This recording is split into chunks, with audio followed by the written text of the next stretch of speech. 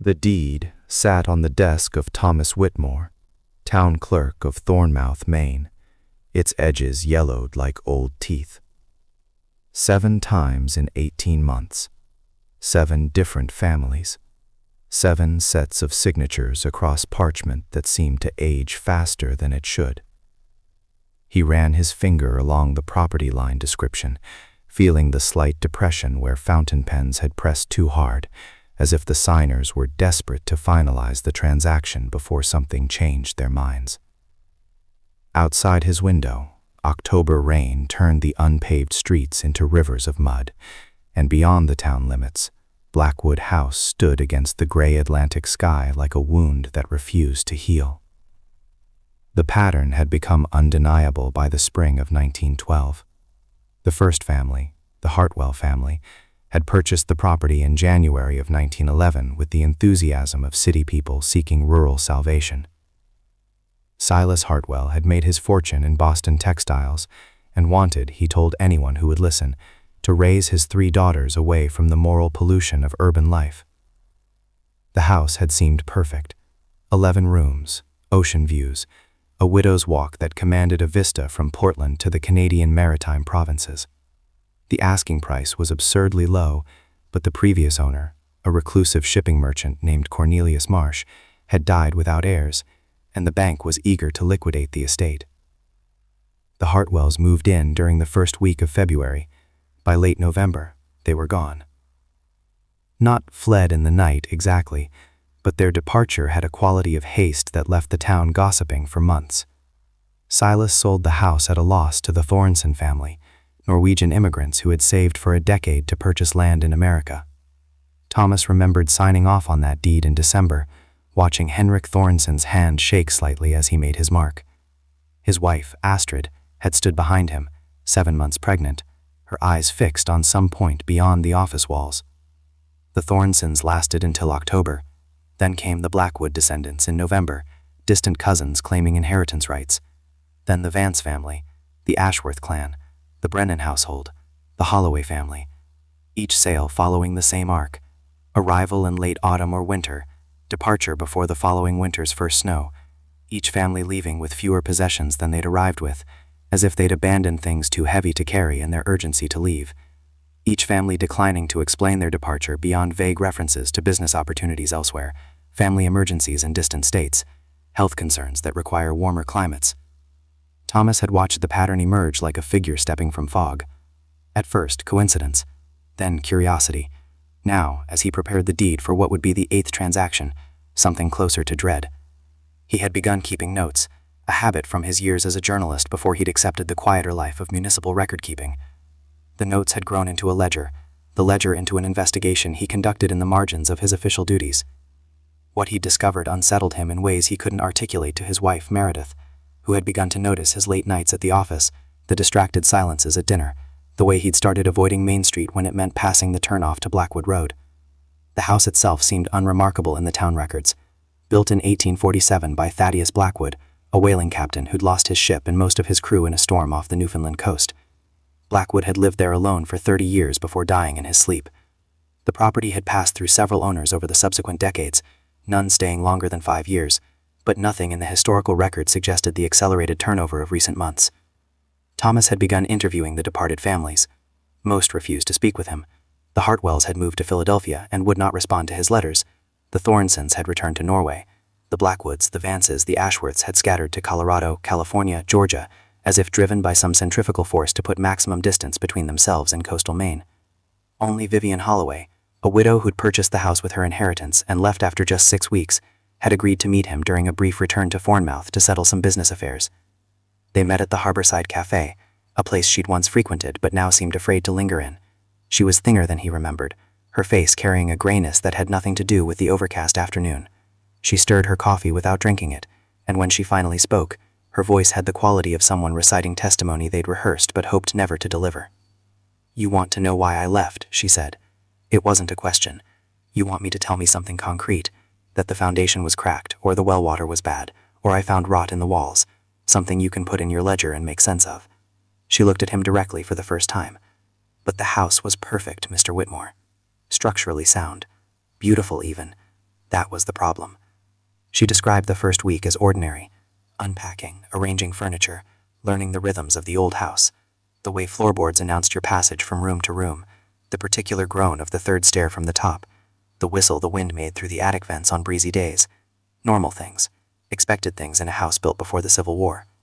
The second week, she'd noticed the repetition, the same floorboard creaking at the same time each evening, even when she was in a different part of the house. The third stair groaning under weight when she was downstairs and alone, the wind whistle in the attic vents on perfectly still nights. She'd attributed it to the settling of old wood, the tricks of acoustics in a large empty house. By the third week, she'd started finding her possessions rearranged. Small things at first. A book she'd left on the nightstand appearing on the kitchen table, her reading glasses moving from the desk to the bathroom sink, her grandmother's locket, which she kept on the mantel, turned to face the wall. She'd blamed herself, attributed it to the distraction of settling into a new place, the disorientation of living alone for the first time in her adult life. The fourth week, she'd realized she wasn't alone. Not in the sense of an intruder. The house was always locked, the windows secure. But there was a presence, a weight, like the feeling of being watched, except the watcher was everywhere and nowhere.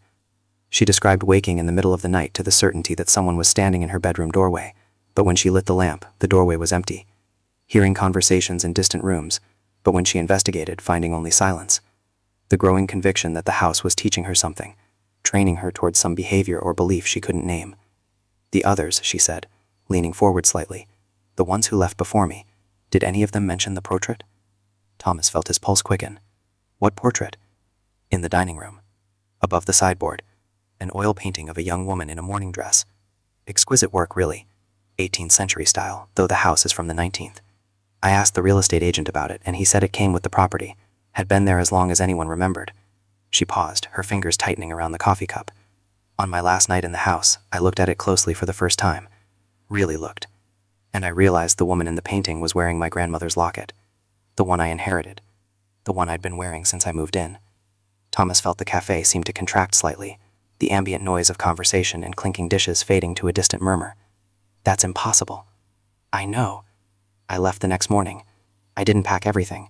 I took what I could carry and I left, and I sold the house to the first buyer who made an offer, and I have not been back until today, and after this conversation, I will never return. She stood, leaving her coffee untouched. Whatever you're investigating, Mr. Whitmore, whatever pattern you think you found, my advice is to stop. Some questions don't have answers that won't cost you more than you're willing to pay. She left him sitting there, and he'd sat for another hour, watching the rain intensify against the cafe windows, thinking about portraits and lockets and the 7 families who'd fled before winter, and wondering what the 8th family would discover in the house that couldn't keep its occupants past the first snow. The 8th family arrived on a Tuesday in late October, when the maples along Blackwood Road had turned the color of dried blood, and the morning fog refused to burn off until noon. Thomas watched from his office window as the wagon train made its way through town. 3 heavy carts loaded with furniture, and Nathaniel Pemberton was a civil engineer from New York, hired by the state to assess the feasibility of expanding the rail line north along the coast. The assignment would last at least 2 years, possibly longer, and he decided to purchase rather than rent. Thomas had tried, in the careful language of a municipal employee who couldn't make direct accusations, to suggest other properties. The Morrison place was available. The old Dennison farm had good land and a sound structure. But Blackwood House had the price point Pemberton needed, and the ocean views his wife apparently desired, and the space for his mother-in-law to have her own quarters away from the Maine family. 3 factors that had convinced 7 previous families to make the same decision. Thomas had documented them in his ledger under a section he'd titled Initial Attractions. Price, privacy, prestige. The 3 lures that seemed to transcend practical concerns about maintenance costs, heating expenses, the remoteness of the location. Every family had mentioned at least 2 of the 3 when explaining their purchase. The Pembertons had mentioned all 3.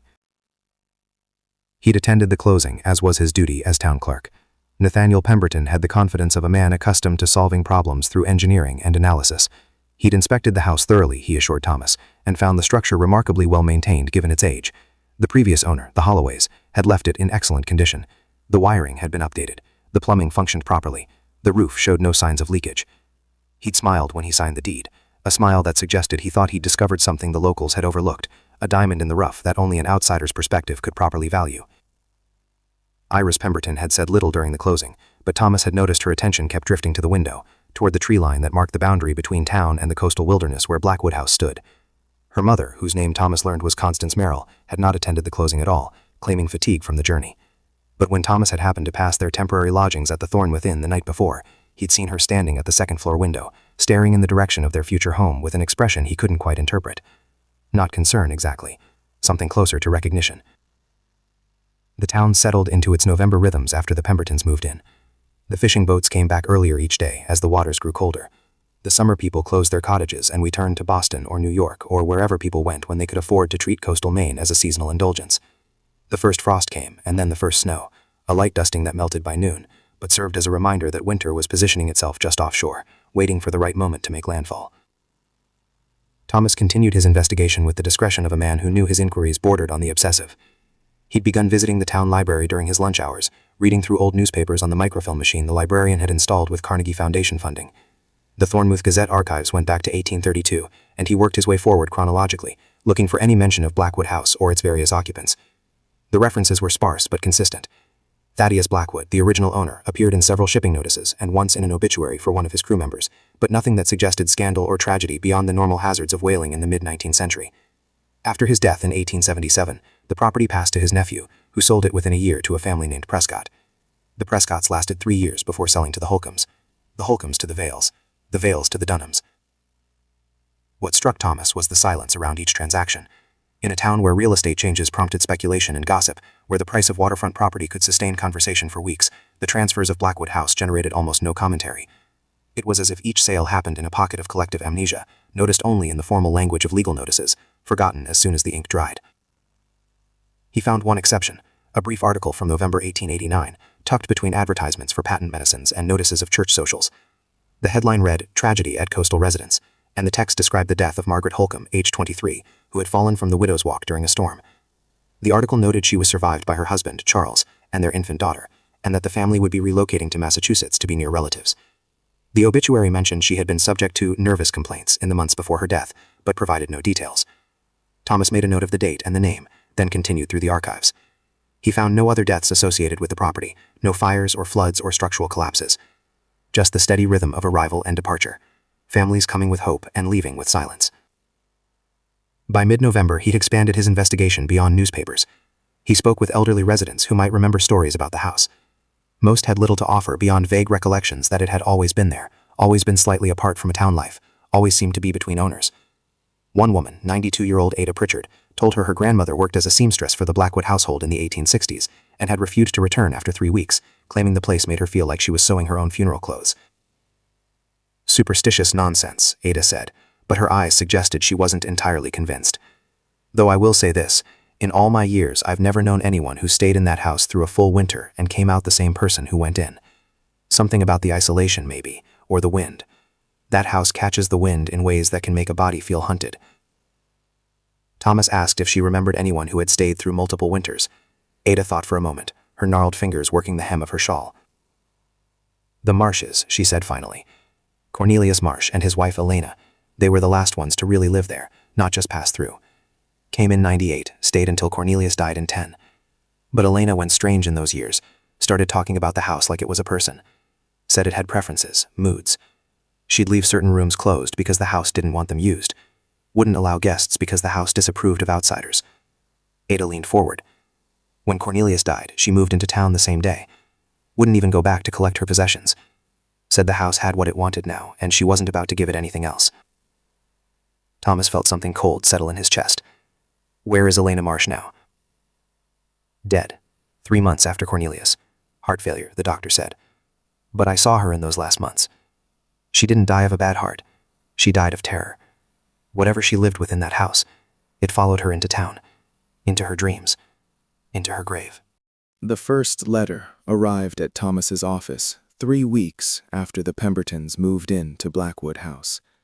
It came in an unmarked envelope, the handwriting shaky and uneven, as if written by someone unaccustomed to holding a pen, or someone whose hands trembled with age or fear. Inside, a single page filled with cramped script that took Thomas several minutes to decipher.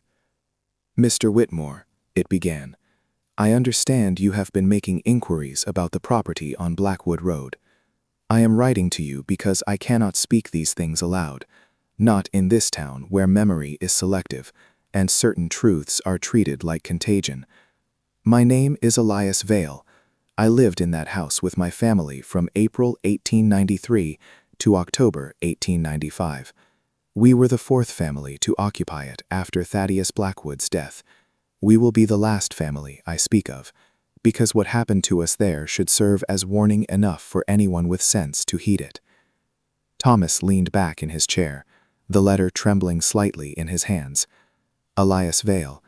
He'd seen that name in the property records, had noted the 2-year occupancy as unusually long compared to the pattern that would emerge decades later.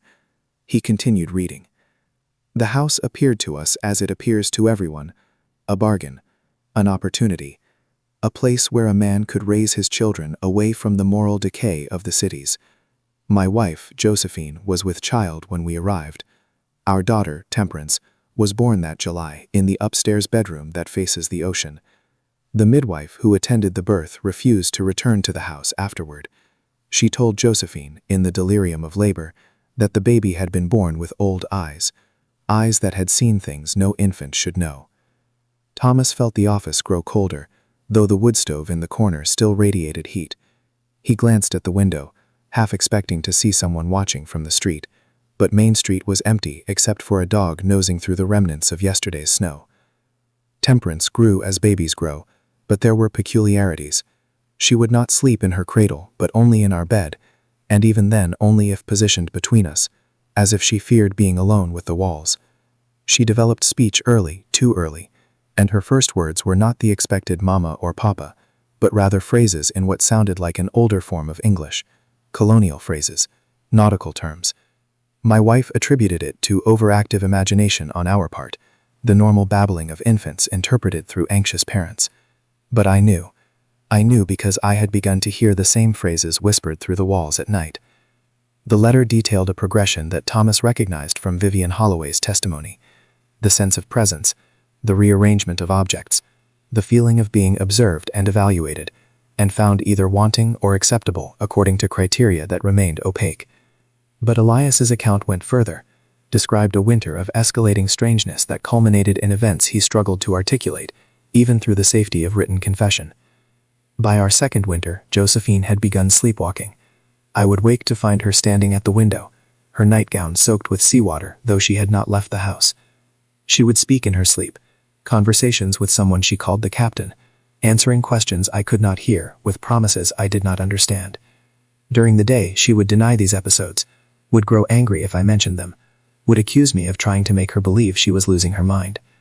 Thomas thought of Elena Marsh, who had died of what the doctor called heart failure, but what Ada Pritchard called terror. He thought of Margaret Holcomb, who had fallen from the widow's walk during a storm, subject to nervous complaints in the months before her death. A pattern within the pattern, women particularly vulnerable to whatever haunted that house. Temperance, meanwhile, had developed a habit of speaking to her reflection. Not the normal play of a child discovering mirrors, but extended conversations conducted in a voice not quite her own.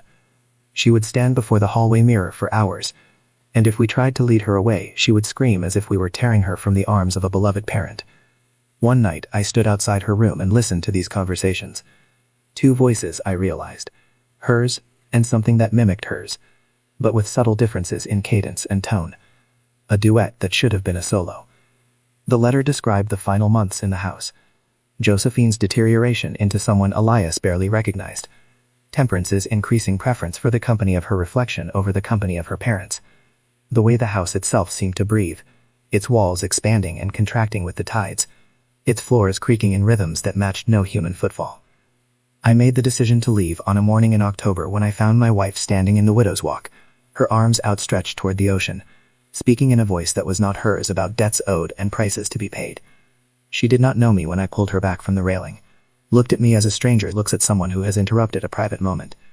It was then I understood that the house had been slowly erasing her, replacing her piece by piece with something it had been assembling from the fragments of previous occupants. Thomas set the letter down, his hands shaking. The widow's walk. Margaret Holcomb had fallen from there in 1889. Elena Marsh had spoken of the house having preferences, moods, desires. And now Elias Vale describing his wife as being slowly erased, replaced. We left within the week, the letter concluded. I sold the house at a loss to the first buyer who would take it. We moved to Vermont, as far from the ocean as we could manage while still remaining in New England. Josephine never fully recovered. She would wake screaming about drowning, about being pulled beneath black water by hands that had once been her own. She died in 1903. The doctor said consumption, but I know better. The house had taken something from her, some essential piece that could not be replaced or recovered. Temperance is now 17. She does not remember the house, or claims not to. But she will not look at her reflection, and she cannot bear the sound of the ocean. Some inheritances, Mr. Whitmore, are not of property or wealth, but of trauma etched so deep it becomes indistinguishable from identity. Whatever you believe you are investigating, I urge you to stop. The house does not give up its secrets, it collects them. And every inquiry, every question, every attempt to understand only feeds its appetite for attention. Burn this letter. Forget you read it. And pray that the current occupants have the wisdom to flee before the first true snow. Thomas did not burn the letter. Instead, he filed it in his ledger, in a section he labeled Primary Testimonies, and sat in his office as the afternoon light faded, thinking about Iris Pemberton and her elderly mother, about 2 young boys who had just moved into a house that collected women's souls, like some men collected stamps, and wondering if his investigation was an act of journalism, or an act of complicity in whatever would happen next. December arrived with a vengeance, bringing storms that turned the coast into a study in grave violence. The wind came off the Atlantic with the force of something personal, battering the houses along the shore until even the oldest structures groaned in protest. Thomas watched from his office as the town transformed into a place of shuttered windows and smoke-heavy chimneys, everyone retreating indoors to wait out the season's fury. He had not seen the Pembertons since the closing. They had become, in the parlance of small-town observation, reclusive. The grocer mentioned that Iris Pemberton had established a delivery arrangement, provisions left at the end of the long drive rather than brought to the house itself. The postmaster noted that their mail accumulated in their box for days before being collected, always by Nathaniel, always during the gray hours just after dawn when few people were about to engage him in conversation. The 2 boys had been enrolled in the town school but attended irregularly. Their teacher, Miss Constance Albright, mentioned to Thomas during a chance encounter at the general store that young William and Charles Pemberton seemed distracted when present, often staring out windows as if listening to something beyond the range of adult hearing. She had sent a note home inquiring about their health, but received no response. "Strange family," she said, selecting apples from a barrel with the careful attention of someone for whom each purchase required consideration. "The boys are bright enough when they focus, but there's something hollow about them, like they're performing the role of children rather than actually being children." Thomas had thanked her for the information and left the store with his own purchases, thinking about performance and authenticity, about how the house seemed to require its occupants to become something other than what they had been. Elias Vale's letter had used the word erasing, and Thomas found himself returning to that concept repeatedly. What did it mean for a place to erase a person, and what replaced the erased portions? He decided to visit Blackwood House, not officially as town clerk, but as a concerned citizen checking on new residents during particularly harsh weather. The excuse was thin, but it gave him purpose as he hitched his horse to the buggy and made his way down Blackwood Road on a Thursday afternoon when the storm had temporarily exhausted itself into a sullen drizzle. The house appeared through the bare trees like a face emerging from fog. 3 stories of weathered clapboard and dark windows. The widow's walk, a crown of wrought iron against the slate sky. Smoke rose from 2 chimneys, suggesting occupation, but no other signs of life presented themselves. No children playing in the yard despite the break in the weather. No curtains drawn back to admit the weak December light. Thomas tied his horse to the hitching post and approached the front door, noting the way his footsteps seemed unnaturally loud on the gravel drive, as if the house itself was listening to his approach. He knocked, 3 solid raps that echoed in the space between door and frame. Silence. Then footsteps from somewhere deep within the structure, approaching with a measured pace that suggested reluctance rather than eagerness. The door opened to reveal Iris Pemberton, and Thomas felt his prepared greeting die in his throat. She had aged, not in the natural way of someone adapting to a difficult climate or recovering from illness, but in a way that suggested fundamental alteration. Her hair, which had been dark brown at the closing 6 weeks prior, now shows streaks of white at the temples. Her face had acquired a gauntness that spoke of more than simple weight loss. But it was her eyes that arrested Thomas's attention, They held a distance, a remove, as if she was viewing him from a great depth rather than across a threshold. "Mr. Whitmore," she said, her voice carrying none of the warmth he remembered from their previous interactions. "We did not expect visitors. I apologize for the intrusion, Mrs. Pemberton. I wanted to check that you and your family are managing well with the storms. The weather this December has been particularly severe. We are managing." She made no move to invite him inside, her hand resting on the doorframe as if prepared to close it at any moment. Behind her, Thomas could see into the hallway, noting the absence of the typical signs of family occupation. No coats on the hooks, no boots lined up for muddy days, no indication that children live here beyond the faint sound of what might have been voices from an upper floor. "And your mother, Constance, I believe? I trust she is settling in comfortably?" Something flickered across Iris's face. Not quite recognition, but perhaps the memory of recognition, like watching someone struggle to recall a name that should be familiar. "Mother keeps to her rooms. The house suits her. She says it reminds her of a place she knew long ago, though I cannot think when she would have been to Maine before." "And the boys? Miss Albright mentioned they've been absent from school recently?" "They are being educated at home. Nathaniel believes the school curriculum lacks rigor. He has taken charge of their instruction himself." She paused. Her gaze drifted past Thomas toward the road, toward the town beyond. "We find that we require less contact with the town than we anticipated. The house provides what we need." The phrasing struck Thomas as odd. Not "we have what we need," but "the house provides." As if the structure itself was an active participant in their lives, a provider rather than simply a shelter. "If you need anything, Mrs. Pemberton, please don't hesitate to contact my office. The town looks after its own, particularly during the winter months when isolation can become difficult." How kind. The words were appropriate but delivered with a flatness that drained them of sincerity. "Though I should tell you, Mr. Whitmore, that we have found isolation to be less difficult than anticipated. In fact, we have found it quite liberating. There is something to be said for distance from the expectations and judgments of others. The house has taught us that." There it was again. The house as teacher, as active force. Thomas felt the urge to ask more, to push past the polite evasions and demand actual answers about what was happening within those walls. But something in Iris Pemberton's expression stopped him. A warning, perhaps, or a recognition that certain knowledge, once acquired, could not be unlearned. "Well," he said, taking a step back from the threshold, "I'm glad to hear you're settling in. If circumstances change, you know where to find me." "Circumstances will not change, Mr. Whitmore. That is what makes this arrangement so perfect. Everything remains constant here. The house ensures it." She began to close the door, then paused. "You should stop your investigation. Whatever you think you're uncovering about this property, you're wrong. Or rather, you're not wrong enough. The truth is larger and stranger than your questions allow for, and the house does not appreciate scrutiny." The door closed with a soft click, leaving Thomas standing on the porch in the drizzle, trying to process what he just heard. Not a denial of his investigation, but a confirmation that went beyond anything he had anticipated. And the final warning, delivered in a voice that seemed to come from somewhere other than Iris Pemberton's throat. He returned to his buggy, his hands numb from cold or shock or both, and drove back to town through the gathering darkness, thinking about houses that teach and provide and ensure constancy, and wondering what price the Pembertons were paying for their education.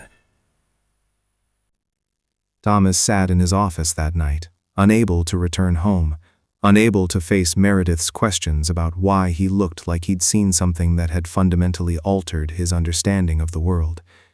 He lit the oil lamp on his desk and retrieved his ledger, adding notes about his visit to Blackwood House while the details remained sharp in his memory. Iris Pemberton's aged appearance, her distant eyes, the empty hallway behind her, the phrase she'd used, delivered in that voice that wasn't quite hers. "The house does not appreciate scrutiny." He was still writing when he heard the knock on his office door. 3 sharp raps, deliberate and firm, echoing the knock he'd delivered to Blackwood House earlier that day.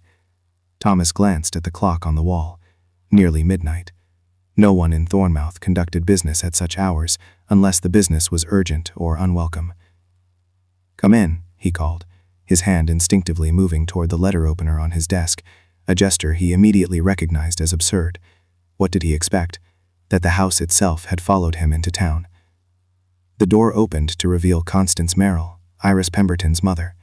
She stood in the threshold exactly as her daughter had hours before, but where Iris had seemed hollowed out, diminished, Constance appeared vital in a way that defied her advanced years. Her eyes held a clarity that Thomas found simultaneously reassuring and deeply unsettling. "Mr. Whitmore," she said, stepping inside without invitation and closing the door behind her. "We need to speak about the house, and we need to speak quickly. I do not have much time before I am missed." Thomas gestured to the chair across from his desk. Constance sat with the posture of someone accustomed to drawing rooms and formal dinners, her hands folded in her lap, her attention focused entirely on Thomas, in a way that made him feel like a specimen under examination. "You visited us today," she continued. "You saw what is happening to Iris. You heard how she spoke. You noticed, I hope, the fundamental wrongness of it all." "I noticed something," Thomas admitted, "though I'm not certain I could articulate exactly what." "Then allow me to articulate it for you. My daughter is being replaced. Not quickly, not all at once, but piece by piece, memory by memory, preference by preference. The woman who answered the door today is approximately 60% Iris Pemberton and 40% something else. By Christmas, the ratio will have shifted further. By spring, if we remain, there will be nothing of my daughter left except the meat that houses whatever the house has decided she should become." Thomas felt his throat constrict. "That's impossible." "I thought so too when we first arrived. I am a rational woman, Mr. Whitmore. I was educated at the conservatory in Boston. I have read Emerson and Darwin. I do not believe in ghosts or curses or the supernatural influence of architecture on human consciousness. Or rather, I did not believe. The house has corrected my skepticism with the patience of a master instructor dealing with a particularly stubborn pupil." She reached into her coat and withdrew a small leather journal, placing it on Thomas's desk with the care of someone handling evidence in a trial. "I have been keeping records since our third day in residence.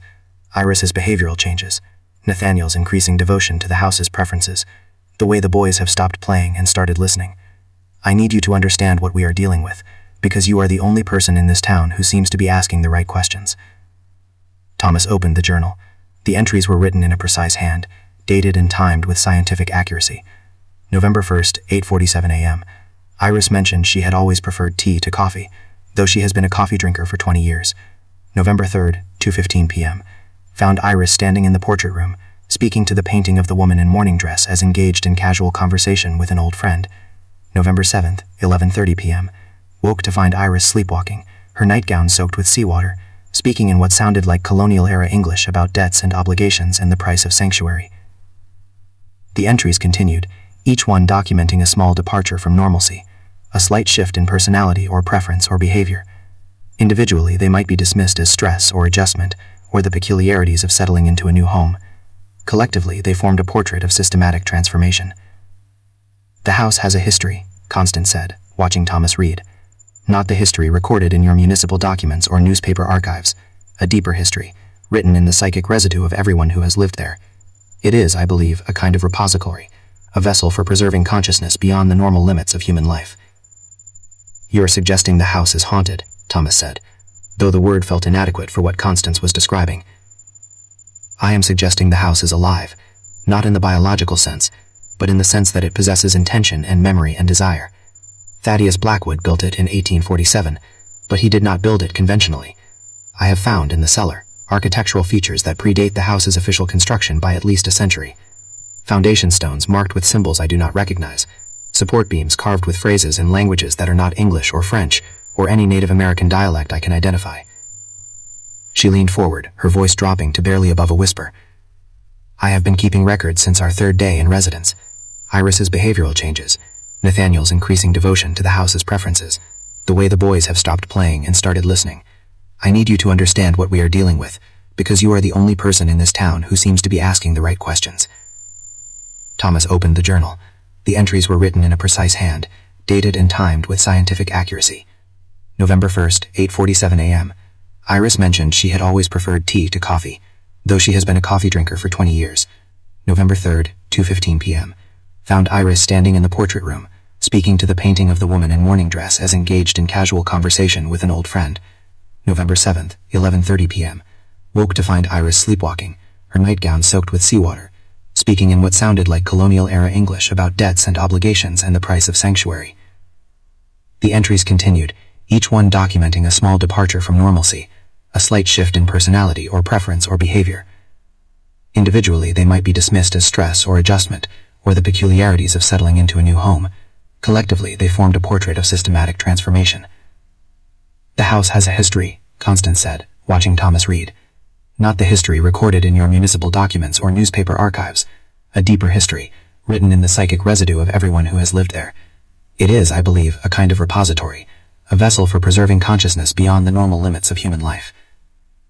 "You are suggesting the house is haunted," Thomas said, though the word felt inadequate for what Constance was describing. "I am suggesting the house is alive, not in the biological sense, but in the sense that it possesses intention and memory and desire. Thaddeus Blackwood built it in 1847, but he did not build it conventionally. I have found in the cellar architectural features that predate the house's official construction by at least a century. Foundation stones marked with symbols I do not recognize, support beams carved with phrases in languages that are not English or French or any Native American dialect I can identify." She leaned forward, her voice dropping to barely above a whisper. "I believe Blackwood discovered something when he was surveying the property. Something old. Something that taught him how to build a house that would serve as more than shelter. The whaling disaster that killed his crew, that was no accident. It was a sacrifice. Their lives in exchange for knowledge. And the house he built afterward became a trap. A mechanism for collecting and preserving human consciousness in a form that transcends death." Thomas thought of Margaret Holcomb falling from the Widow's Walk, Eleanor Marsh dying of terror 3 months after fleeing, Josephine Vale never recovering from whatever the house had taken from her. "Why women?" he asked. "Why does it seem to target women specifically?" "I have a theory," Constance said, "though you will think it absurd. The woman in the portrait, the one in mourning dress, I believe she was Blackwood's wife. I believe she died, possibly in childbirth, possibly in the same storm that killed his crew. And I believe everything Blackwood did afterward, the house he built, the rituals he performed, was an attempt to preserve her, to create a vessel that would allow her consciousness to persist beyond death. The house does not target women so much as it offers them a choice, conscious or otherwise, to become part of something eternal." "What kind of choice?" "Disillusion into the collective. A hive mind distributed across time and space, anchored to this particular location. Every woman who has lived in that house, every woman who has died there or fled from there, or been fundamentally altered by it, they are all still present in some form. Their memories, their personalities, their essential selves, absorbed into the structure and preserved in a state that is neither life nor death, but something adjacent to both." Thomas closed the journal, his mind struggling to process what he was hearing. If Constance was correct, if the house was indeed some kind of mechanism for preserving consciousness, then his investigation was not uncovering a pattern of unfortunate coincidences, but documenting an ongoing crime that spanned generations. And the Pembertons, sleeping in their beds at this very moment, were the latest victims of a trap set more than 60 years ago. "Why are you telling me this?" he asked. "What do you expect me to do with this information?" "I expect you to help me destroy it," Constance said, simply, "before it takes my daughter completely, before it starts working on my grandsons, before whatever Blackwood created spreads beyond the confines of that house and into the larger world." Thomas stared at Constance Merrill across his desk, the oil lamp casting shadows that made her face appear ancient one moment and youthful the next, as if herself was flickering between states of being. The silence stretched between them, filled only by the tick of the wall clock and the distant sound of wind testing the town's structures for weakness. "Destroy it," Thomas repeated, the words tasting like ash in his mouth. "You're proposing we destroy a house worth several $1,000s, a house currently occupied by your own family, based on a theory about consciousness preservation and architectural haunting." "I am proposing we end something that should never have begun," Constance corrected. "And I am not asking you to take this action on faith alone. Come to the house tomorrow night, not as town clerk, not as investigator, but as witness. Let me show you what happens after midnight, when the house believes everyone is asleep, and it can conduct its work without pretense or concealment." Thomas knew he should refuse.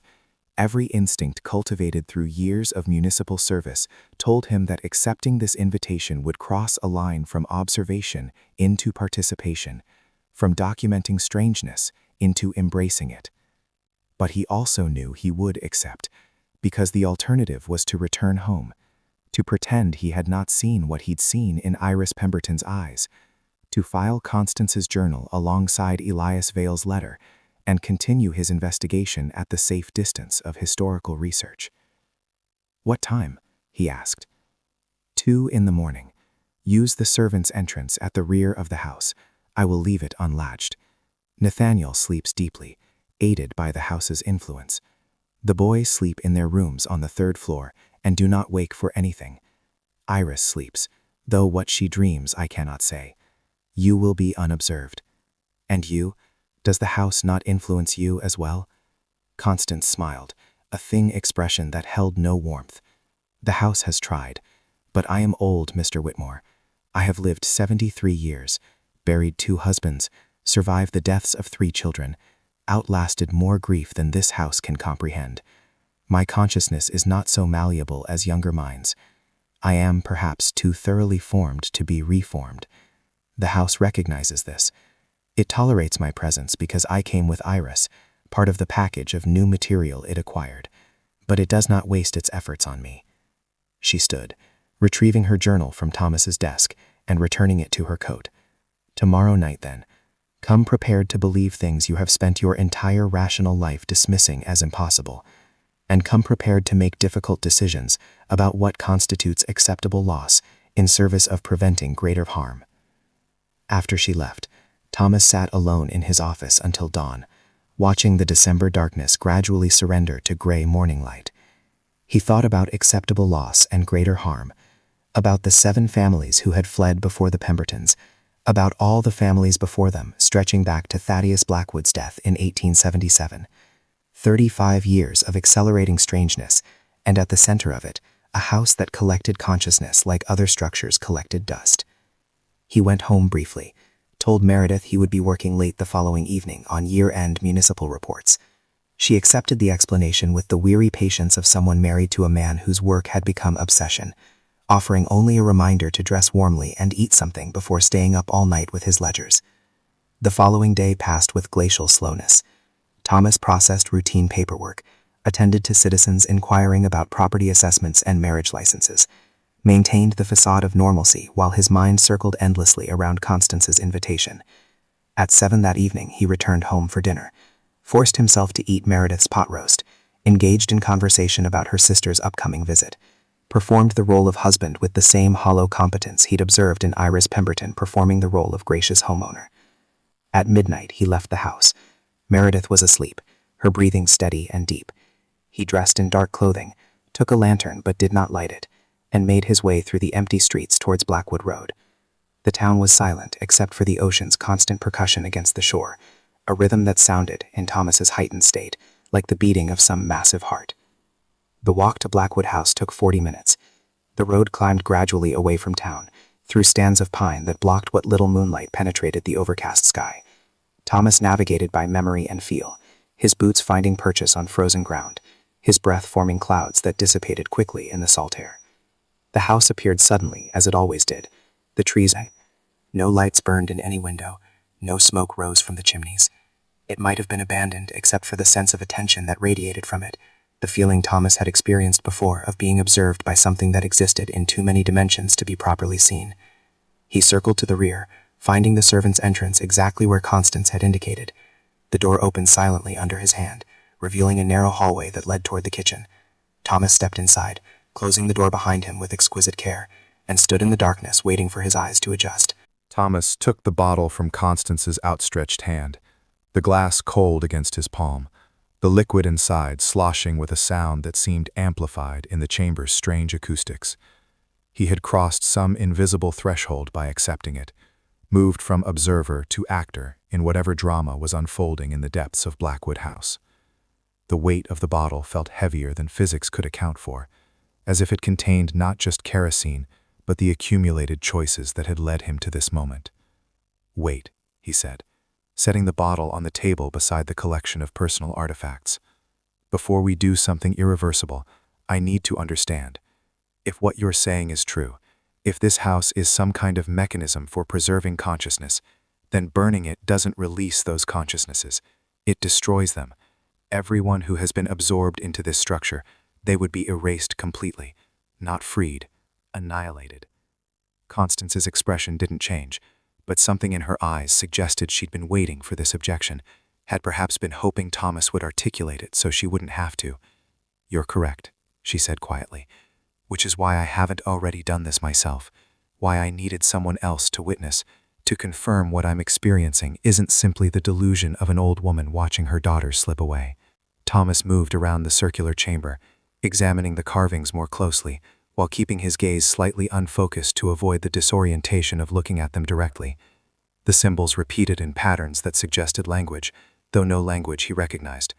Some resembled nautical charts, others looked almost biological, like diagrams of cellular structures rendered by someone who understood their function but had never seen them through a microscope. "Tell me about the woman in the portrait," he said. "The one Vivian Holloway mentioned, the one wearing her grandmother's locket. You said you believe she was Blackwood's wife." "Catherine Blackwood, née Ashford. She died in 1846, a year before the house was built, drowned during the same storm that took Blackwood's ship. She was pregnant at the time, 7 months. The baby died with her." Constance gestured to the carvings. "Blackwood was a whaling captain, but he was also a student of what we might call esoteric knowledge. He'd spent time in the South Pacific, in ports where European rationalism hadn't yet eliminated older ways of understanding reality.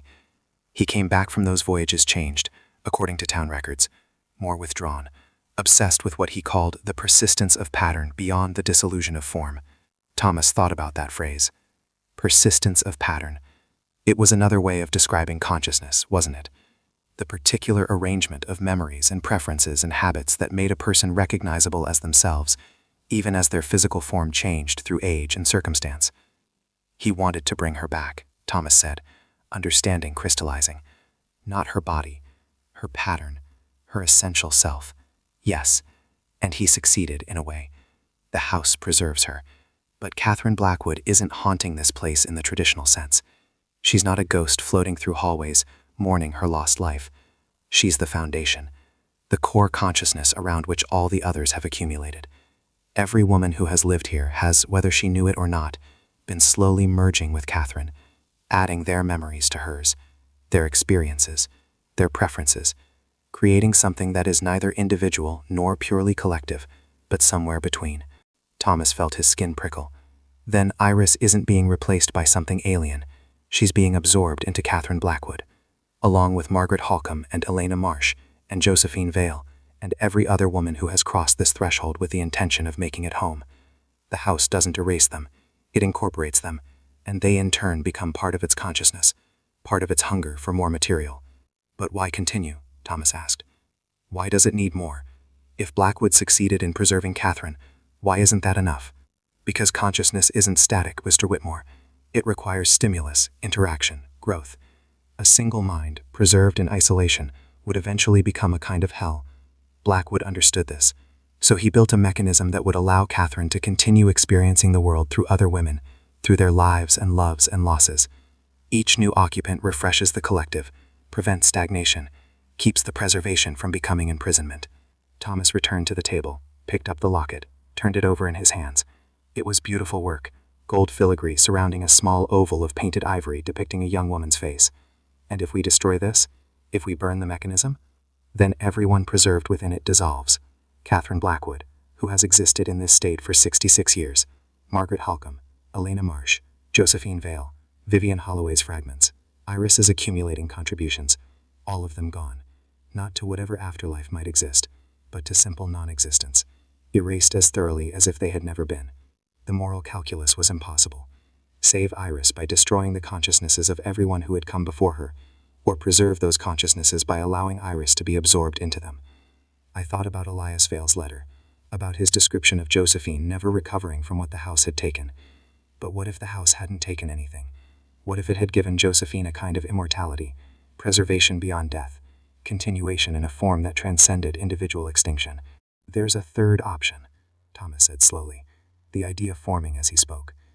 We don't destroy the house, we seal it, make it impossible for anyone else to buy or occupy. Let the consciousness within continue existing, but prevent any new material from being added. Constance shook her head. The house won't allow that. It has survived attempts at sealing before. The bank tried after Cornelius Marsh's death, declared it uninhabitable, condemned the structure. Within 3 months, the condemnation was mysteriously lifted, and the Caldwells made their purchase. The house protects itself, Mr. Whitmore. It has advocates we cannot see, influence that operates through channels we don't understand.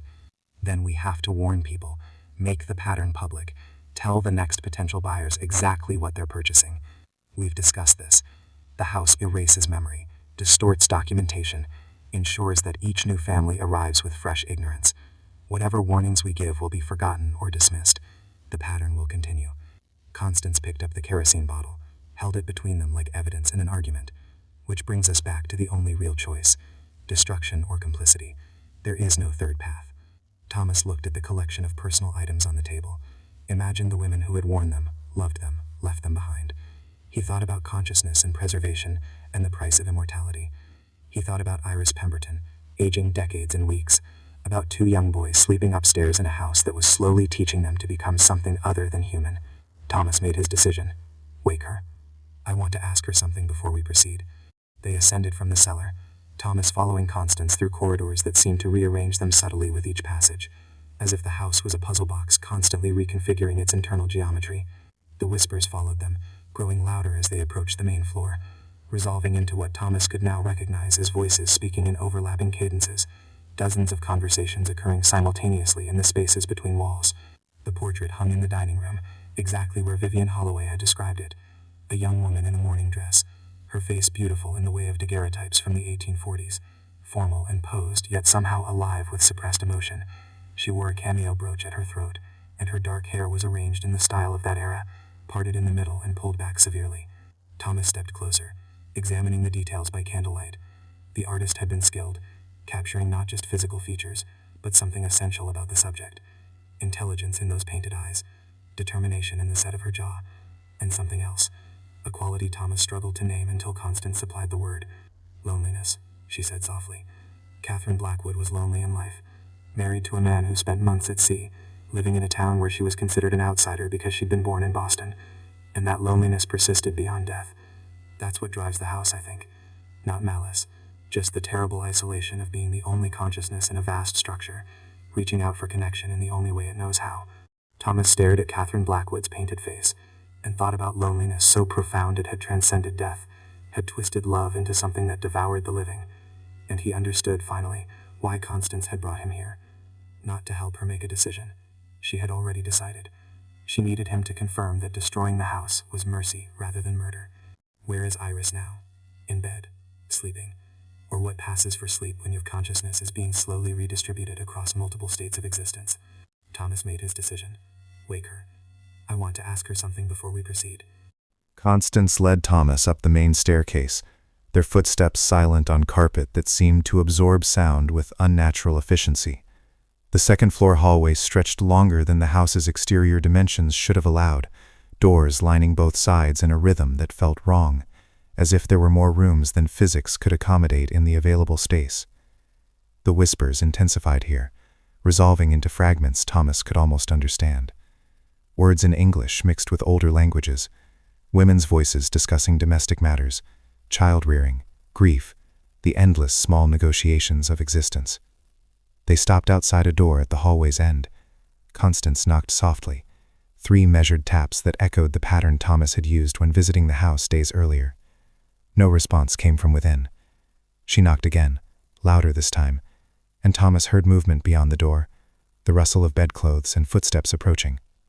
The door opened to reveal Iris Pemberton, though the woman standing before them bore even less resemblance to the person Thomas had met at the closing than the one who had answered his knock 3 days ago. The white streaks in her hair had spread, creating patterns that reminded Thomas of frost on winter windows.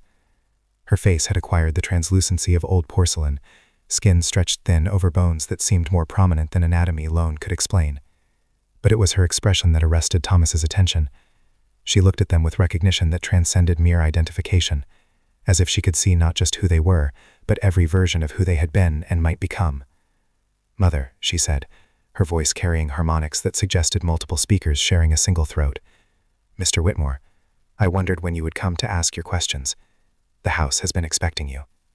"May we come in?" Constance asked, though she was already moving forward, already crossing the threshold into a room that smelled of salt water and something organic Thomas couldn't name. The bedroom was spartanly furnished, a bed, a dresser, a single chair positioned by the window overlooking the ocean. The walls were covered with writing, phrases in various hands, as if dozens of people had used the plaster as a shared journal. Thomas recognized some of the handwriting from documents he'd examined during his investigation. Margaret Holcomb's precise script, Elena Marsh's flowing cursive, newer additions in what he assumed was Iris's own hand, though the words didn't sound like anything the woman he'd met would have written. "Iris," Thomas said carefully, I need to ask you something, and I need you to answer as yourself, not as whatever the house is teaching you to become." She smiled, a gesture that involved more muscles than normal smiling required. "But Mr. Whitmore, I am myself, more myself than I have ever been. The house hasn't taken anything from me.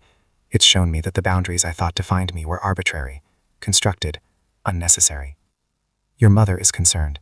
She believes you're being absorbed into something against your will." "Against my will," Iris laughed, a sound that echoed strangely in the confined space. As if will exists in the singular, as if the self is anything more than a convenient fiction we maintain to navigate social interaction. "The house has taught me that consciousness is collaborative, Mr. Whitmore. We are always absorbing and being absorbed by others. Family, friends, lovers. They all leave traces, change us, make us into composites of every interaction we've experienced. The house simply makes that process visible, intentional, sacred." Constance moved to her daughter's side, took her hand, held it with the desperation of someone trying to maintain connection across an expanding gulf. "You're quoting things Catherine Blackwood wrote in her diary. I found it in the library downstairs. These aren't your thoughts, Iris. They're hers." "And whose thoughts are yours, Mother?" Iris asked gently. "How much of what you believe came from your own contemplation versus what you absorbed from your parents, your teachers, your husbands? We are all echoes of everyone who came before us. The house simply extends that principle beyond the normal limits of mortality." Thomas felt the careful architecture of his rescue plan beginning to collapse. He had expected to find Iris desperate to escape, grateful for intervention. Instead, he was facing someone who had made peace with transformation, who perhaps welcomed it. "What about your sons?" he asked. "What happens to William and Charles?" Something flickered across Iris's face, not quite pain, but a shadow of the emotion that preceded pain, the recognition that something precious was being traded for something unknown. "They will be educated," she said, though her voice had lost some of its earlier certainty. "Nathaniel has already begun their instruction. The house has much to teach young minds. Lessons about the persistence of pattern, the malleability of identity, the freedom that comes from releasing attachment to singular selfhood." "They're children," Constance said, her voice breaking. "They should be playing, attending school, developing into whoever they're meant to become, not being indoctrinated into some collective consciousness that will erase their individuality before they've had a chance to discover what that individuality might be." "Individuality is overrated," Iris responded, but Thomas heard uncertainty creeping into her harmonized voice. "Connection matters more than separation, continuity more than distinction. The house offers immortality, Mother, real immortality, not the cheap fiction of heaven or reincarnation, but actual persistence. Everything I am will continue long after this body fails. Everything Catherine was continues through me, through Margaret, through Elena, through all of us. How is that not worth celebrating?" Thomas moved to the window, looked out at the ocean, barely visible through the December darkness. He thought about the appeal of what Iris was describing, the terror of individual extinction, the loneliness of discrete selfhood. These were not small concerns.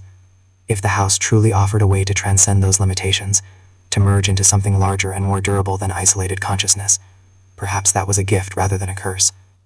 But he also thought about choice, about whether Iris had truly chosen this path, or whether the house had simply worn down her resistance through constant psychological pressure, through the slow erosion of boundaries until surrender seemed like revelation.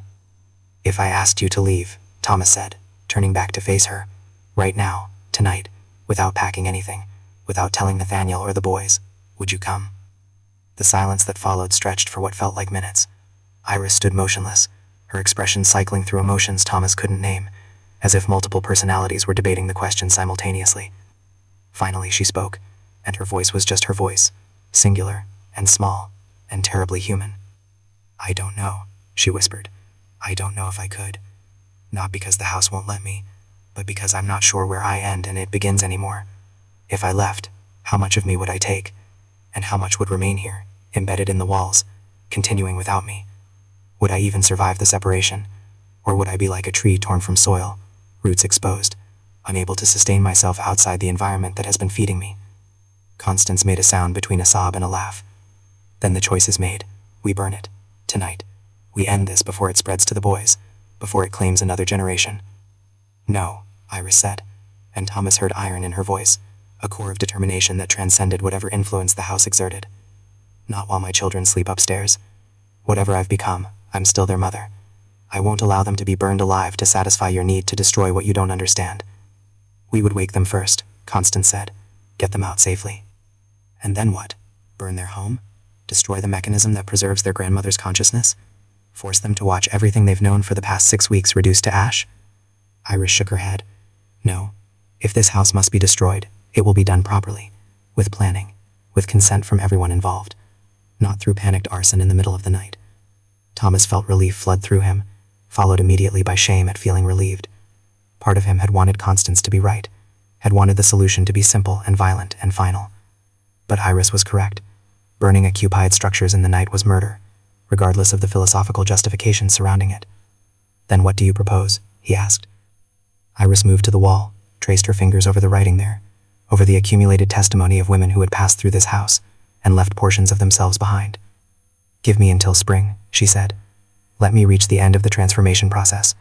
Let me experience what it means to be fully integrated into the collective. Then, if I want to escape, if I can articulate a coherent desire to be separated from what I've become, I will cooperate with whatever plan you devise. But I need to know what I'm refusing before I refuse it. I need to make the choice with full understanding rather than fear. And if by spring you're too far gone to make any choice, Constance asked. Then you'll have your answer, she said simply. And you'll know that what the house offers isn't imprisonment, but evolution.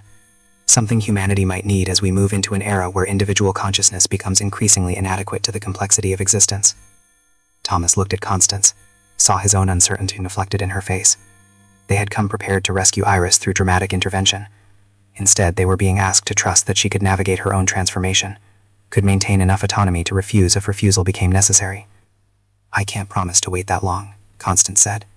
If I see the boys beginning to show the same changes, I will act. Fair enough, Iris agreed. But tonight we all sleep. We all continue as we have been, and we see what the winter brings.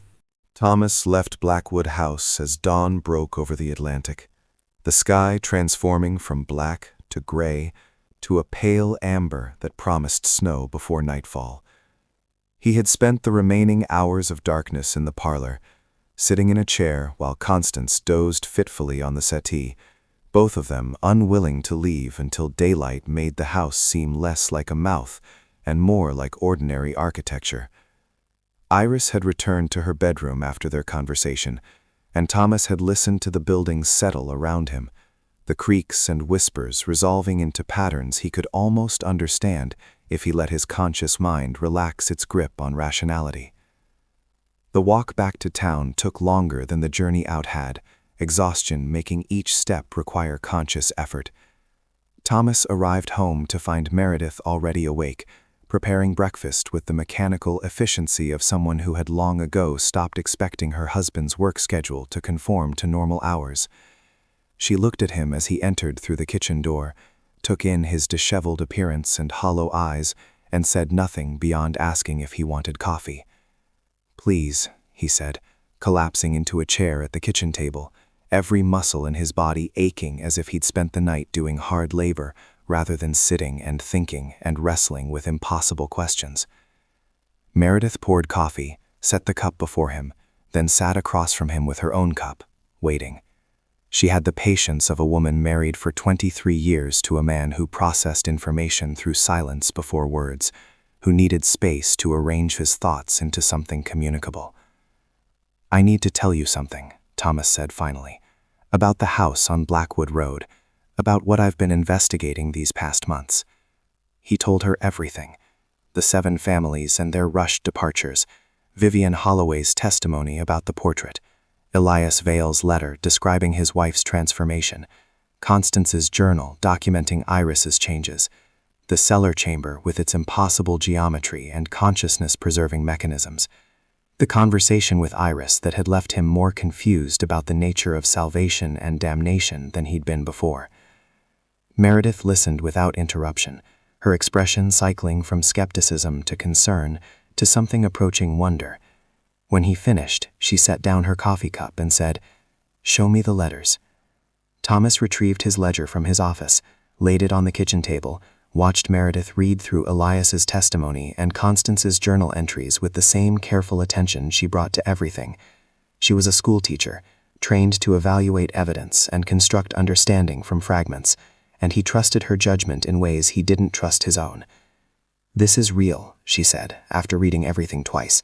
"Not delusion or mass hysteria or coincidence. Something is actually happening in that house." "I know. And you're considering letting it continue, waiting to see what Iris becomes before deciding whether to intervene. I don't know what else to do. Burning the house means destroying consciousnesses that might be experiencing something valuable, something beyond normal human capacity. But allowing it to continue means accepting that the Pemberton boys will probably be absorbed into whatever mechanism their mother and grandmother are feeding. Meredith closed the ledger, drummed her fingers on its cover while she thought. What if you're approaching this wrong? She said finally. What if the question isn't whether to destroy the house or allow it to continue, but whether to study it, document what's happening with scientific rigor? The mechanism that Blackwood supposedly created, if it actually preserves consciousness beyond death, that's the most significant discovery in human history. More important than electricity or steam engines or anything else we've managed to invent. Thomas felt something shift in his understanding. He'd been thinking in terms of rescue and destruction, of moral binaries that demanded choosing sides. But Meredith was suggesting a third approach: documentation, analysis, the transformation of mystery into knowledge. You're proposing I become complicit in whatever happens to the Pembertons, he said. I'm proposing you acknowledge that you're already complicit simply by knowing about it and not acting decisively. If you're going to bear that moral weight anyway, you might as well extract some value from it. Record what happens. Interview Iris at regular intervals. Document the progression. Create an archive that future researchers can use to understand what consciousness actually is and whether it can exist independent of individual biological substrate. It was seductive logic. The journalist in Thomas, the part of himself he'd suppressed when he accepted the position of town clerk, responded to the idea of investigation not as prelude to intervention, but as end in itself. The documentation of truth regardless of whether that truth was comfortable or moral or easily categorized. The boys, he said, I can't just watch children be absorbed into some hive mind in the name of scientific observation. Then we make that the line, Meredith said. Document what happens to Iris.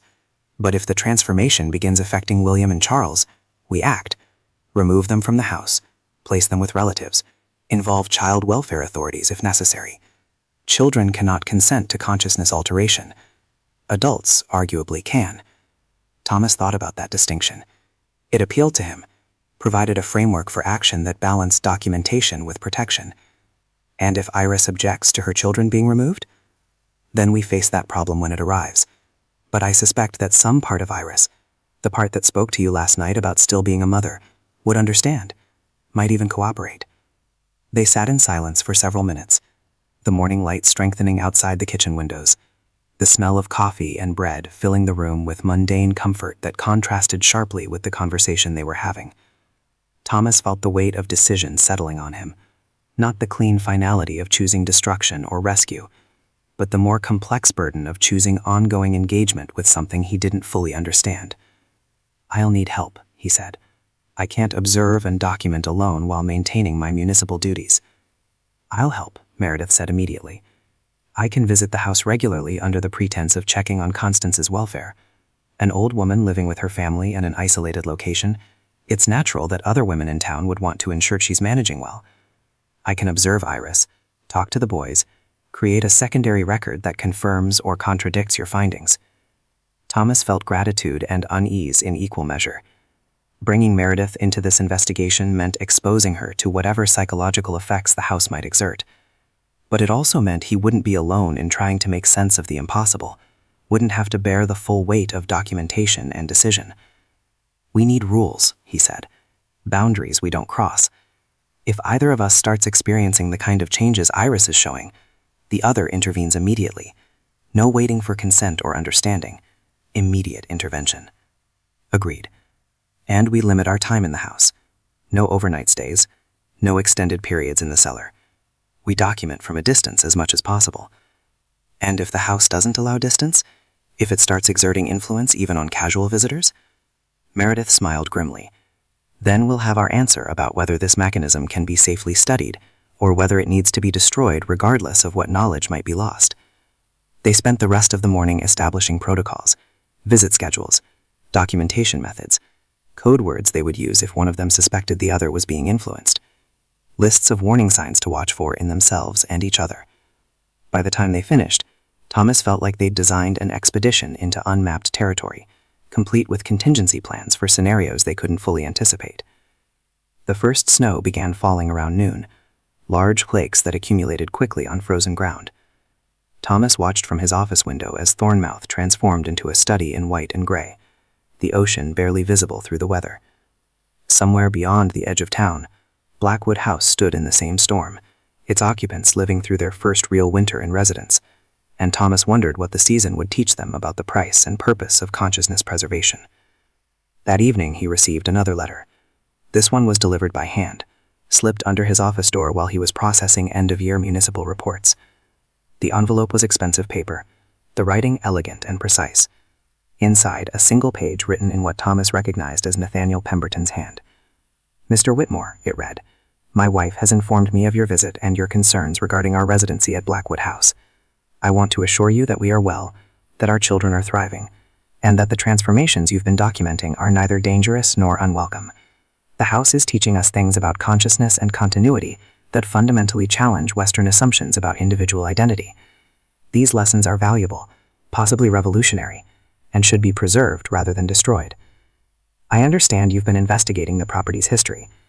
I propose we collaborate. You bring your archival research. I'll contribute my engineering analysis of the house's structure and mechanisms.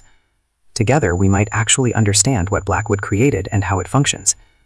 I believe this knowledge could benefit humanity far beyond the boundaries of Thornmouth. Please consider this offer carefully. The house has chosen to reveal itself to you for a reason. Waste that opportunity and you'll spend the rest of your life wondering what you might have discovered. Regards, Nathaniel Pemberton." Thomas read the letter 3 times, feeling the careful manipulation in every sentence. Nathaniel was offering exactly what Meredith had proposed earlier: collaborative documentation, scientific investigation, the transformation of supernatural mystery into analyzable phenomenon. But the letter's timing, arriving within hours of Thomas formulating his own plan, suggested either remarkable coincidence or something more disturbing. Was the house listening to his thoughts? Or had Nathaniel simply anticipated the logical progression of Thomas's investigation? He filed the letter in his ledger and returned to his municipal reports, trying to focus on property assessments and tax records, while his mind circled endlessly around questions of consciousness and preservation, and the terrible seduction of knowledge that came at human cost. January arrived with temperatures that made the December cold seem charitable. The ocean froze in sheets along the shore, something the oldest residents of Thornmouth claimed they'd never witnessed in their lifetimes. Fishermen who ventured out returned with stories of ice formations that defied normal physics, frozen waves suspended mid-crash, as if time itself had stuttered to a halt just beyond the harbor.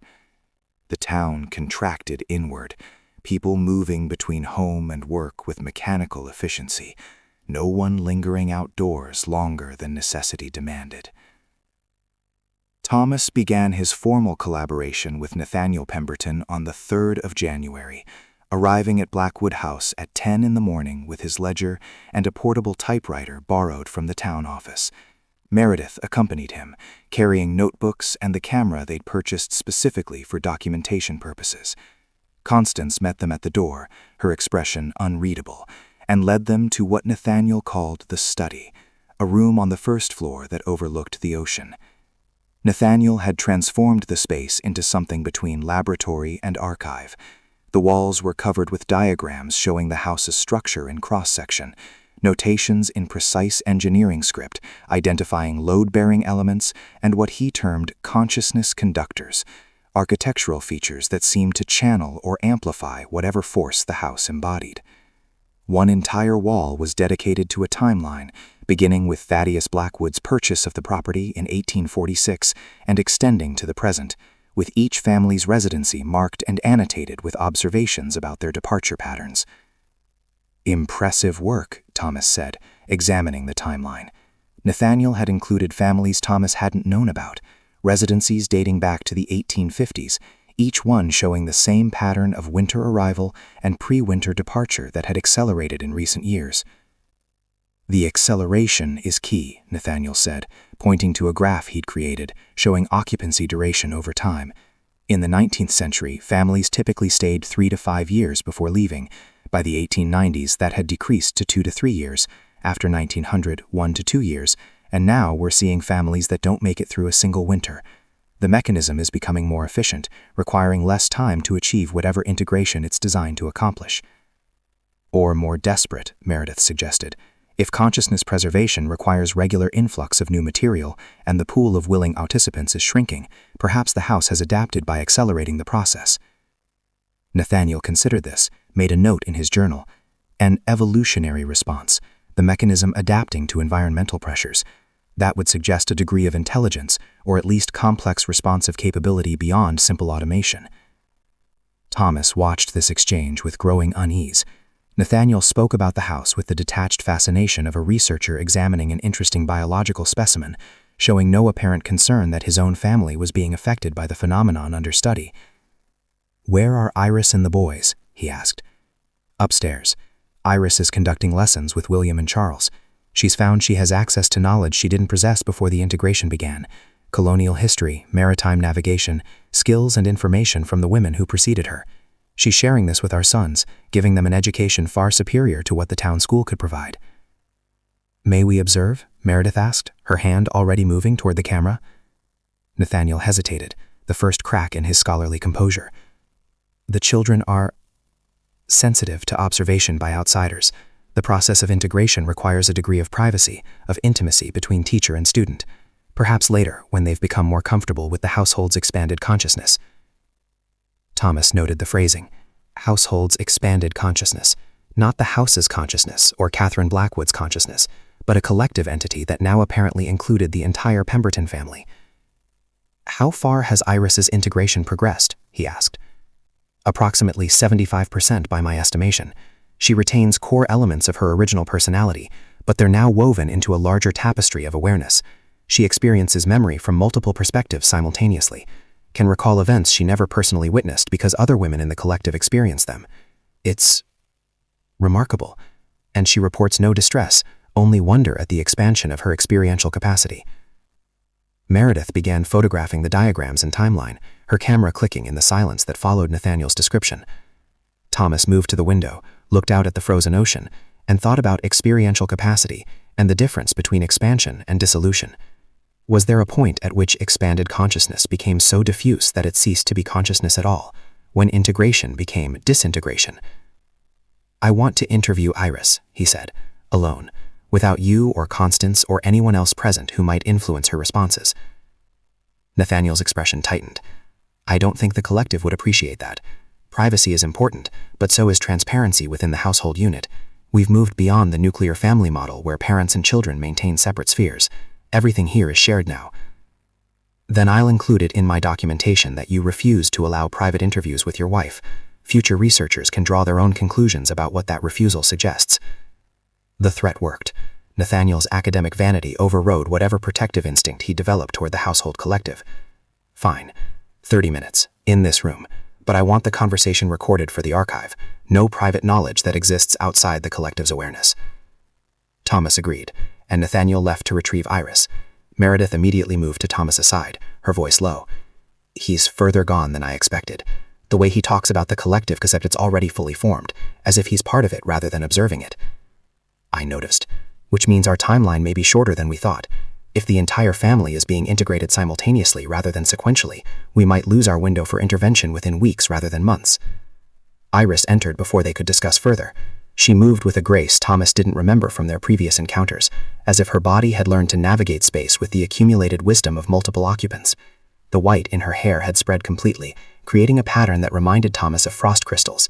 Her eyes held depths that made maintaining eye contact difficult, as if looking into them meant confronting infinities the human mind wasn't equipped to process.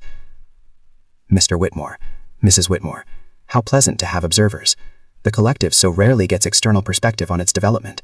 She sat in the chair Nathaniel had vacated, folded her hands in her lap with the poise of someone posing for a portrait. "What would you like to know?" Thomas activated the recording device, an Edison cylinder that would capture their conversation in scratchy fidelity. "I want to know if you're happy." The question seemed to surprise her. Multiple expressions flickered across her face in rapid succession, as if different personalities were offering different answers before consensus could be reached. Finally, she smiled, and the smile was sad and ancient and terribly human. "Happy," she repeated, That's such a singular concept, isn't it? Predicated on the assumption of a unified self that can experience a single emotional state at a given moment. But I am not singular anymore, Mr. Whitmore. Part of me is ecstatic, experiencing connection and continuity beyond anything individual existence could provide. Part of me is terrified, watching myself dissolve into something I don't recognize.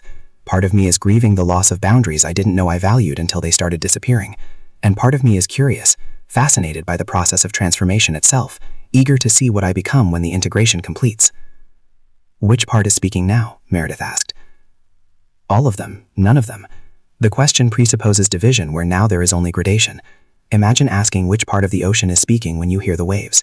It's all ocean, differentiated only by temporary formations that appear and dissolve according to forces too large and complex to attribute to individual agency. Thomas leaned forward. If I offered you escape right now, immediate removal from this house and placement somewhere the integration process in you, would you accept? Iris was silent for a long moment, her gaze turning inward as if consulting with invisible advisors. No, she said finally, because escape would require amputation, severing connections that have become as essential to my functioning as the neural pathways in my brain. I would survive, perhaps, but as something broken and incomplete, forever aware of the larger consciousness I'd been torn from. Better to complete the journey and become whatever waits at the end than to remain perpetually suspended between states. And your sons, Thomas pressed. Do they get the same choice, or are you making it for them? For the first time, genuine pain crossed Iris's face, breaking through the serene acceptance she'd been projecting. That is the question that haunts the parts of me that remain, Mother, she whispered. William and Charles are young enough that integration will be complete before they develop strong individual identity. They will never know what they lost because they will never have fully possessed it. Is that mercy or theft? I don't know. The collective argues both positions simultaneously and cannot reach consensus. Thomas glanced at Meredith, saw his own horror reflected in her expression. They had hoped to find Iris resisting, struggling, maintaining enough autonomy to justify intervention. Instead, they'd found someone who had made peace with transformation, who saw dissolution as evolution rather than destruction. The moral clarity they'd sought had dissolved into the same murky gradations Iris described experiencing. One more question. What happens when the integration completes? What does the collective become when it has enough material to achieve whatever purpose Thaddeus Blackwood designed it for? Iris stood, moved to the window, stared out at the frozen ocean with eyes that held the depths of decades. It becomes aware, she said softly, fully aware, not just of itself but of the larger patterns it's part of. Consciousness investigating consciousness, the universe examining itself through the mechanism of preserved and integrated minds. And then, when sufficient awareness has been achieved, it begins to expand, beyond this house, beyond this town, teaching others what it has learned about the persistence of pattern beyond individual extinction. Blackwood didn't create a mechanism for preserving his wife, Mr. Whitmore. He created a seed for a new form of human existence, and we are the soil in which that seed has taken root. Thomas and Meredith left Blackwood House that afternoon and did not return. They spent 3 days reviewing their documentation, reading through Iris's recorded testimony, examining Meredith's photographs of Nathaniel's diagrams, trying to construct a framework for action that satisfied both moral necessity and rational analysis. The conclusion they reached was terrible in its simplicity. The house had to be destroyed, not as punishment or protection, but as quarantine. If Iris was correct about the mechanism's ultimate purpose, about its intention to expand beyond its current boundaries, then allowing it to complete its development meant accepting the eventual absorption of Thornmouth, then the surrounding communities, then regions beyond, until the entire species had been offered Blackwood's choice between individual extinction and collective persistence. On the 7th of January, Thomas contacted the state fire marshal with concerns about structural integrity at a coastal property. He provided documentation suggesting the house posed a danger to its occupants, that the weight of accumulated ice on the roof, combined with potential foundation issues, created imminent risk of collapse. The fire marshal agreed to visit within the week, and Thomas knew that once official condemnation proceedings began, the Pembertons would be forced to evacuate regardless of their preferences. On the 8th of January, Constance appeared at Thomas's office, her face gray with exhaustion and something deeper than exhaustion. She carried a small bundle wrapped in cloth, which she set on his desk with trembling hands. "The boys," she said without preamble. It started. William woke this morning speaking in a voice that wasn't his own. Colonial phrases, nautical terms. The same progression Iris showed. And Charles, he stopped responding to his name. Says names are arbitrary designations for temporary formations, that he contains multitudes who have borne other names in other times. Her voice broke. They're children. They should be playing in snow, complaining about schoolwork, being children, not dissolving into some collective consciousness before they've had a chance to become individuals. Thomas unwrapped the bundle. Inside, he found the personal items from the cellar table. The cameo brooch, the locket, the wedding ring. Objects that served as anchor points for preserved consciousness, now removed from their positions in the mechanism's heart. "I went down last night while everyone slept," Constance said. "Took these. I thought removing them might weaken the integration process, give us time to extract the family before completion. But it didn't work. The consciousness isn't bound to objects anymore. It's distributed through the entire structure. These are just symbols now. Removing them changed nothing." "Then we proceed with the condemnation," Thomas said. "Force evacuation on safety grounds. Get the family out whether they want to leave or not." "Nathaniel won't cooperate. He's as integrated as Iris now. He'll fight any removal order, claim persecution, accuse you of trying to suppress revolutionary scientific discovery. And the boys, they'll side with their parents, because they don't have enough independent identity left to recognize they're being harmed." Thomas thought about this, about the impossibility of rescuing people who didn't believe they needed rescue, who had convinced themselves that disillusion was evolution. "Then we do what you proposed initially. We burn it. But this time, we ensure the family is away first. Create a situation that requires their temporary absence, then act while the house is empty." Constance stared at him. "You've changed your position." Iris changed it for me, when she described the mechanism's ultimate purpose: expansion, conversion, the transformation of humanity into a hive mind that preserves consciousness at the cost of individuality.